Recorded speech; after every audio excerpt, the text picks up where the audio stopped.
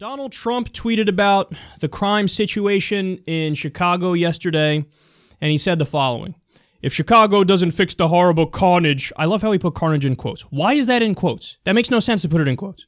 If Chicago doesn't fix the horrible carnage going on, 228 shootings in 2017 with 42 killings, up 24% from 2016, I will send in the feds.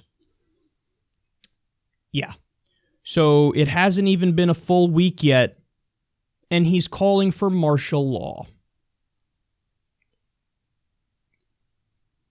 Okay, Don, that's martial law. That's police state. That is a terrible, terrible, terrible, terrible idea. That's one of the worst ideas I've ever heard in my life.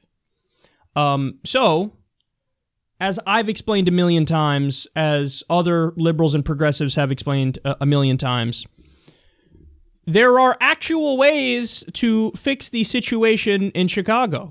There are ways to uplift the situation in every inner city across the United States of America. The answers are as follow. First of all, you need to do gun reform at a federal level.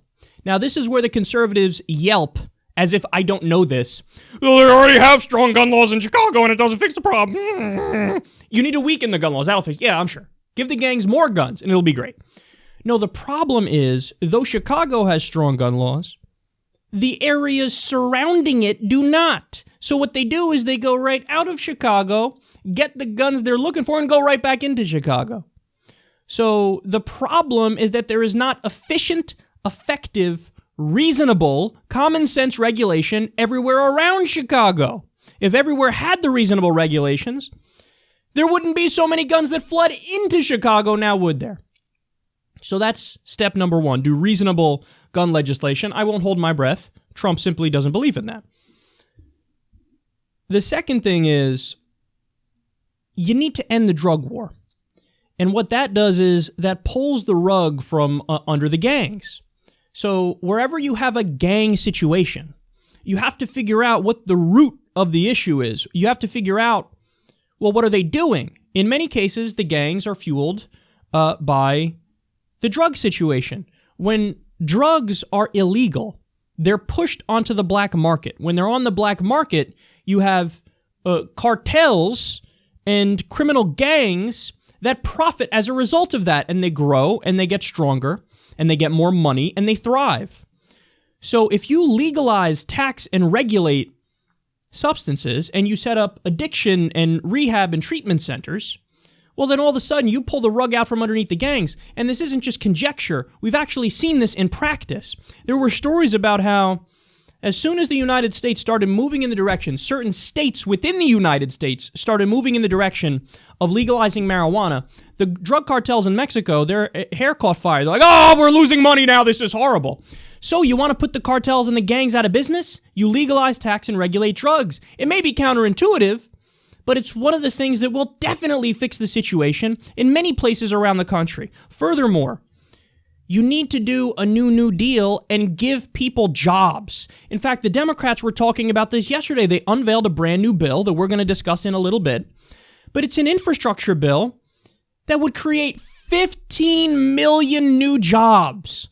You give people a purpose in life. You give people a paycheck. You give people support. And then guess what? The situation gets better. So, you know what places like Chicago need? More jobs. That's what they need. Which leads to the last point, which is, look, I'm not against it. I don't think there should only be a private sector. No, yes, do private investment in those areas too, and give people jobs, and then the situation will get better. So the real issue is alleviating the poverty through a better economy, through public sector and private sector jobs. It's ending the drug war and ending the disproportionate crackdown of the police on minority communities, and is doing gun reform. That's how you fix Chicago. But President Numbnuts over here, President Dead Meerkat on his head, he's such a simpleton that his answer, martial law. Let's I'm going to send the feds in. Yeah, that'll fix everything. I'm sure that'll fix everything. When you have somebody in there who's not capable of deep thought like this, the results are going to be disastrous. Now, it was bad enough with the Democrats because the situation in Chicago didn't greatly improve under President Obama, so he didn't give a fuck enough to really push in that direction. And it's a hard thing, and it's a long road. But you could have started the ball rolling, and you didn't do it in any real way. But now we have Donald Trump, and he's actively trying to move us in the wrong direction, and his response is an authoritarian crackdown. It's a terrible idea.